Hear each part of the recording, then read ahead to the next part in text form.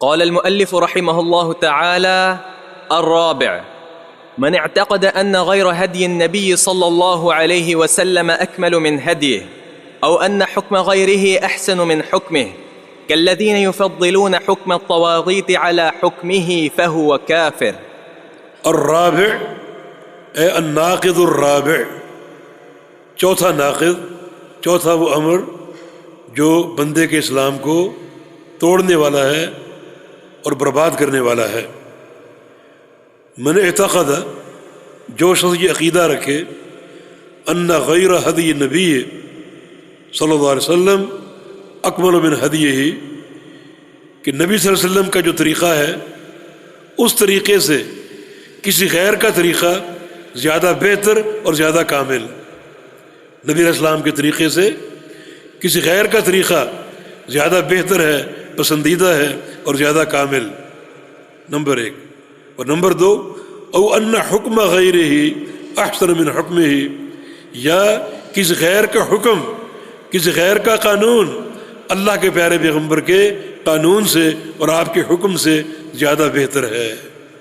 کالذین یفضلون حکم الطواغیت، جیسا کہ وہ لوگ جو طواغیت کے حکم کو اور طواغیت کے قانون کو ترجیح دیتے ہیں، یفضلون ترجیح دیتے ہیں، فضیلت دیتے ہیں، فوقیت دیتے ہیں، حکم الطواغیت، طواغیت کے حکم کو اور ان کے قانون کو، علی حکم ہی رسول اللہ کے حکم پر اور آپ کے قانون پر صلی اللہ علیہ وسلم، تو ایسا شخص کیا ہے؟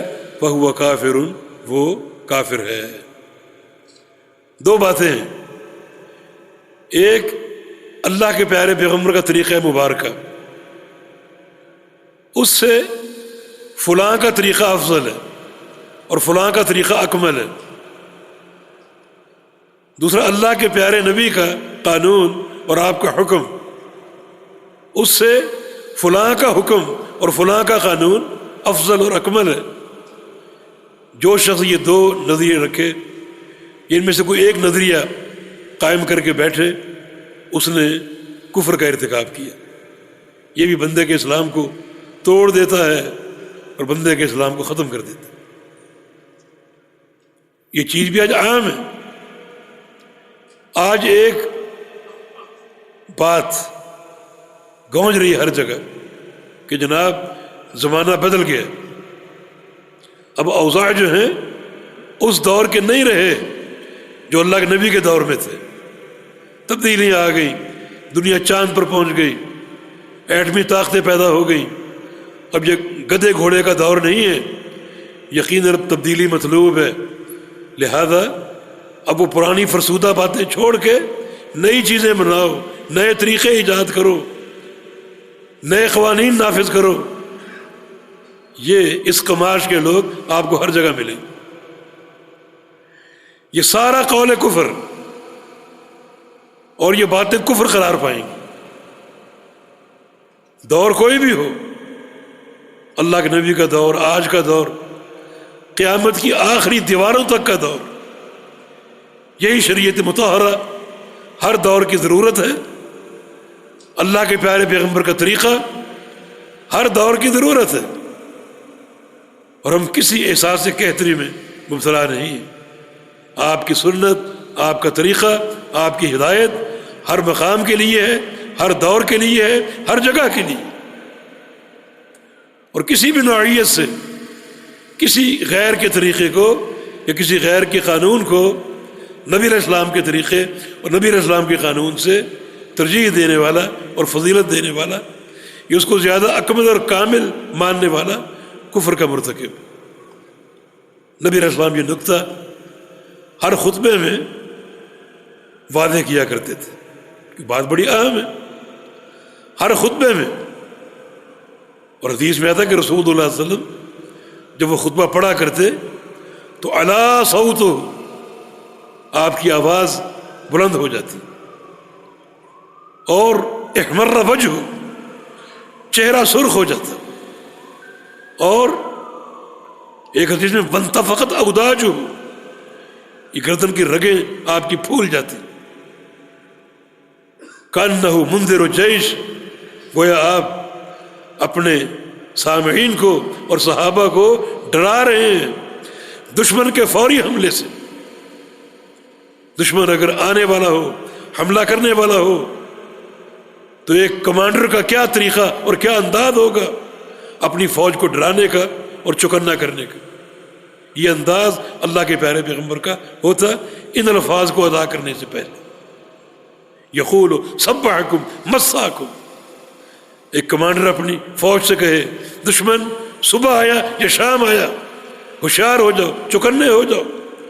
یہ انداز اللہ کے پیغمبر کا ہوتا، اور یہ انداز اختیار کر کے پھر آپ کیا فرماتے؟ اما بعد فإن احسن الکلام کلام اللہ واحسن الہدی ہدی محمد صلی اللہ علیہ وسلم، کہ سب سے بہترین کلام اللہ کا کلام، اس سے بہتر کلام کسی کا نہیں ہو سکتا.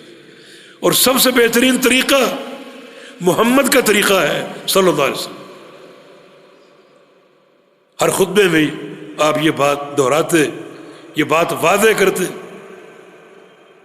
مانا طریقے بہت ہوں گے، جب تک دنیا قائم ہے بڑے طریقے آپ کے سامنے آئیں گے، مگر تم ایک ہی حقیقت کو نوٹ کر لو اور اس پر قائم ہو جاؤ کہ سب سے بہترین طریقہ محمد کا طریقہ ہے صلی اللہ علیہ وسلم. طریقے بہت ہوں، ہر دور میں نئی نئی صورتیں، نئے نئے طریقے آپ کے سامنے آئیں.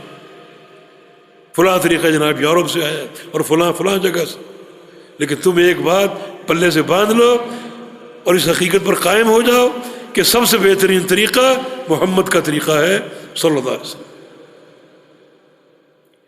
اور سب سے بہترین چیز جب متعین ہو جائے تو اس کے مقابلے میں کوئی چیز ہوتی ہے جو سب سے بدترین ہوتی، تاکہ بدترین چیز جو ہے بہترین چیز کو اور نمایاں کر دے. تو آپ نے بدترین چیز کا بھی ذکر کیا، فرمایا کہ وشر الامور محدثاتها، سب سے بدترین چیز وہ ہے جو نئی ہو، یعنی محمد کے طریقے سے ثابت نہ ہو صلی اللہ علیہ وسلم، نہیں ہو تو سب سے بہترین ہے. تو سب سے بہترین کا تعارف بھی موجود ہے اور سب سے بہترین کا بھی. سب سے بہترین کیا ہے؟ اللہ کے رسول کا طریقہ. اور سب سے بہترین کیا ہے؟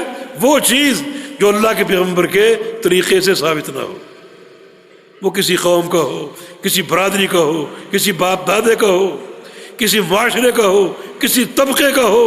حکم عام ہے کہ سب سے بہترین طریقہ محمد کا ہے اور سب سے بہترین طریقہ وہ ہے جو اللہ کے پیغمبر کے طریقے سے ہٹ کر ہو اور نئی چیز صلی اللہ علیہ وسلم. تو یہ بات بڑی اہم ہے، تبھی آپ ہر خطبے میں اس کو دہرایا کرتے تھے، جس کا تقاضا یہ ہے کہ ہم جو چیز اپنا رہے ہیں، جو بھی طریقہ اختیار کر رہے ہیں، بڑی گہری نگاہوں سے دیکھو. یہ طریقہ نیا تو نہیں، نبی علیہ السلام کی تعلیمات سے ہٹ کر تو نہیں، یہ بات اللہ کے نبی کے طریقے سے ثابت ہے بھی یا نہیں. اگر ثابت ہے تو یقیناً وہ احسن الہدی ہے، سب سے بہترین. اور اگر ثابت نہیں ہے تو پھر شر الامور ہے، سب سے بدترین ہے، جس کا انجام کیا ہے؟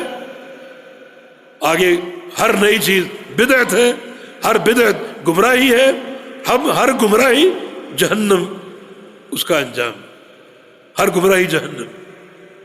کتنا دو ٹوک یہ فیصلے، دو ٹوک آپ کے اعلان. اس کے بعد میرے بھائی اور دوستو، اللہ کے پیارے پیغمبر کے طریقے سے کسی اور طریقے کو مقدم کرنے والا، آپ کی تعلیم سے کسی اور کی تعلیم کو مقدم کرنے والا کیا ہے؟ کافر. وہ کافر ہو جائے گا اگر اس کا یہ عقیدہ ہے. یہاں باتیں دو ہیں، ایک بات یہ کہ نبی علیہ السلام کا طریقہ ہے، آپ کی سنت ہے، اس کے مقابلے میں آپ کو نئی چیز لیں، اسے اپنا لیں، یہ بڑی معصیت ہے. لیکن یہاں بات کیا ہو رہی؟ آپ اس کو اپنائیں یہ سمجھ کر کہ یہ چیز اللہ کے نبی کے طریقے سے افضل. یہ کفر ہے. اپنانا گناہ ہے، معصیت ہے، لیکن یہ کہہ کر اپنانا کہ یہ چیز اللہ کے نبی کے طریقے سے افضل ہے، بہتر ہے، کامل ہے، یہ کفر ہے. یہ مقام تعصف ہے. ہمارے معاشرے میں آج ایک نہیں دو نہیں سینکڑوں امور ایسے ہیں جو نبی علیہ السلام کے طریقے سے ثابت نہیں. کہاں سے آ گئے؟ جناب باپ دادا، قوم برادری، پیر و مرشد. کون سا ذوق ہے؟ سوچیں کہیں وادی کفر میں داخل نہیں ہو رہے.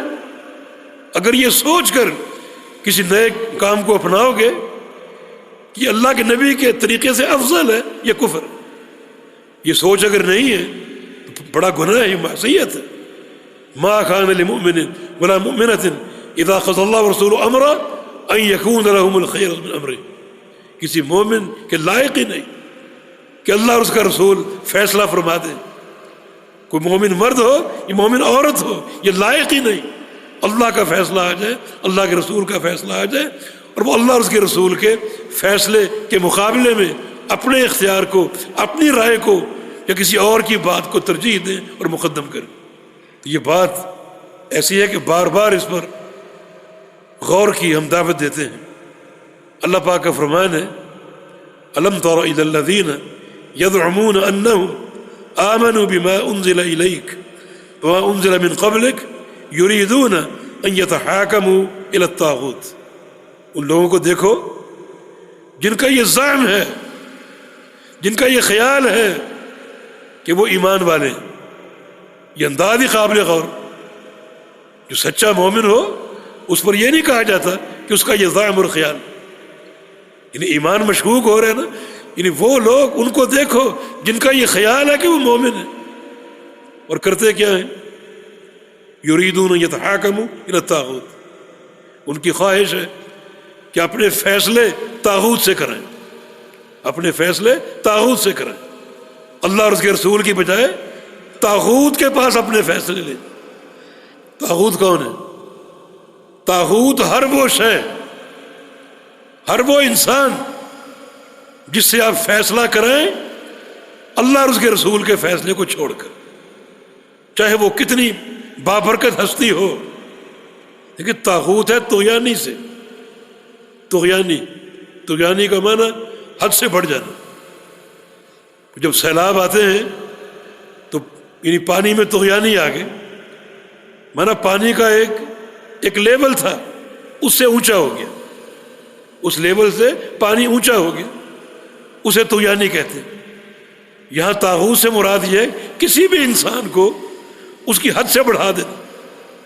ایک شخص کی حد یہ ہے کہ وہ نبی کا امتی ہے اور آپ اس کے بارے میں یہ رائے قائم کر لیں کہ اس کی ہر بات میں نے قبول کرنی، تو آپ نے اس کو اس کی حد سے بڑھا دیا، حد سے بڑھا کر اسے طاغوت بنا دیا.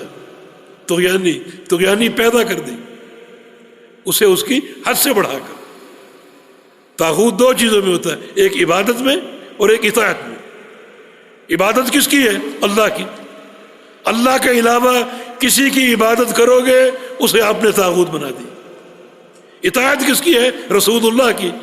رسول اللہ کو چھوڑ کر کسی کی اطاعت کرو گے اس کو آپ نے طاغوت بنا دیا. دیکھو ان لوگوں کو جن کا یہ دعویٰ ہے، یہ زعم ہے کہ وہ مومن ہیں، اور کردار کیا ہے؟ اپنے فیصلے لے کر جاتے ہیں طاغوت کے پاس. اس آیت کا سبب نزول آپ جانتے ہیں؟ کب نازل ہوئی؟ اصل میں ایک نزاع، ایک جھگڑا ہو گیا ایک یہودی میں اور ایک منافق میں. منافق نام کا کلمہ کو تھا، مسلمان شمار ہوتا تھا. جھگڑا ہو گیا. یہودی نے کہا چلو فیصلہ کراتے ہیں کس سے؟ محمد صلی اللہ علیہ وسلم سے. اسے معلوم تھا کہ فیصلہ وہاں سے عدل پر مبنی ہوگا، اور یہ وہ شخصیت ہے جو رشوت نہیں لیتے، فیصلہ صحیح ہو. ایمان کو نہیں لاتے مگر جانتے تھے یعرفونہ کما یعرفون ابناہم. وہ اللہ کے نبی کو اس طرح جانتے تھے جیسے اپنی اولاد کو جانتے. منافق نے کہا نہیں، فیصلہ ہم کرواتے ہیں کعب بن اشرف سے، یہودی سے. اسے معلوم تھا کہ وہ رشوت قبول کر لیتا ہے، میرا موقف غلط ہے، رشوت دے کر فیصلہ اپنے حق میں کرانے کی کوشش کروں. یہ دونوں میں اختلاف ہو گیا. اللہ تعالیٰ ہر بات کو سننے والا اللہ نے وہی بھیج دی. یہ بندہ جس کا زعم ہے کہ وہ مسلمان ہے، کیسا مسلمان؟ جو اللہ اور اس کے رسول سے فیصلے کی بجائے طاغوت سے فیصلہ چاہتا ہے۔ یہاں طاغوت سے مراد کعب بن اشرف یہودی، کہ جس سے فیصلے کی اس نے ٹھان لی تھی، حالانکہ فیصلہ اس کا مقام نہیں ہے۔ بالخصوص جب اختلاف ہو، اختلاف امر کے وقت فیصلے کا اختیار انسانوں میں سے ایک ہی شخصیت کے پاس ہے، اور وہ محمد رسول اللہ صلی اللہ علیہ وسلم۔ اللہ کے نبی کا فرمان ہے فَإِنَّهُ مَن يَعِشْ مِنكُم بَعْدِي فَسَيَرَى اخْتِلَافًا كَثِيرًا فَعَلَيْكُم بِسُنَّتِي وَسُنَّتِ الْخُلَفَاءِ الرَّاشِدِينَ الْمَهْدِيِّينَ، کہ میرے بعد تم اختلافات دیکھو گے، ان کو حل کرو، اور حل کرنے کا طریقہ یہ ہے کہ میری سنت کے ساتھ چمٹ جائے۔ یہ واحد طریقہ ہے، اختلافات میں دوسرا کوئی طریقہ ہے ہی نہیں۔ غور کیجیے، اختلافی امور میں تصفیہ، اختلاف کا حل، اختلاف کا خاتمہ، اس کا دوسرا کوئی طریقہ نہیں، ایک ہی طریقہ ہے کہ اس کا حل اللہ کے پیغمبر کریں۔ آپ زندہ ہیں تو رجوع آپ کی ذات کی طرف ہوگا، آپ فوت ہو گئے تو رجوع آپ کی بات، آپ کی سنت اور آپ کی حدیث کی طرف۔ تو ہر پہلو سے یہ بات قابل غور ہے۔ خلاصہ یہ ہے، من اعتقد ان غیر ہدی نبی صلی اللہ علیہ وسلم اکمل من ہدیہ، جس کا یہ عقیدہ ہو کہ غیر نبی کی ہدایت اور اس کا طریقہ نبی کے طریقے سے زیادہ مکمل ہے اور افضل ہے، غیر نبی کی سیرت اللہ کے نبی کی سیرت سے زیادہ افضل ہے، یا غیر نبی کا حکم اور قانون اللہ کے نبی کے حکم سے زیادہ افضل ہے، تو بندہ کافر، فہو کافر، وہ کافر۔ کالذین یفضلون حکم الطواغیت علی حکمہ، جیسے وہ لوگ جو طواغیت، طاغوتوں کے قانون کو اور طاغوتوں کے حکم کو نبی علیہ السلام کے حکم پر ترجیح دیتے ہیں اور فوقیت دیتے ہیں، ایسے انسان کفر کی وادی میں داخل ہو جاتے ہیں۔ سیدھی بات یہ ہے کہ ما آتاکم الرسول فخذوہ وما نہاکم عنہ فانتہوا، دو ٹوک بات، جو رسول دے وہ لے لو، اور جس سے رسول روکے اس سے رک جاؤ اور بعد آ جاؤ، دو ٹوک فیصلہ۔ وَأَنِ بینہم بما انزل اللہ، فیصلہ کیجئے کس چیز کے ساتھ؟ جو اللہ نے اتارا، بما اراک اللہ، جو اللہ نے آپ کو دیا اور دکھایا۔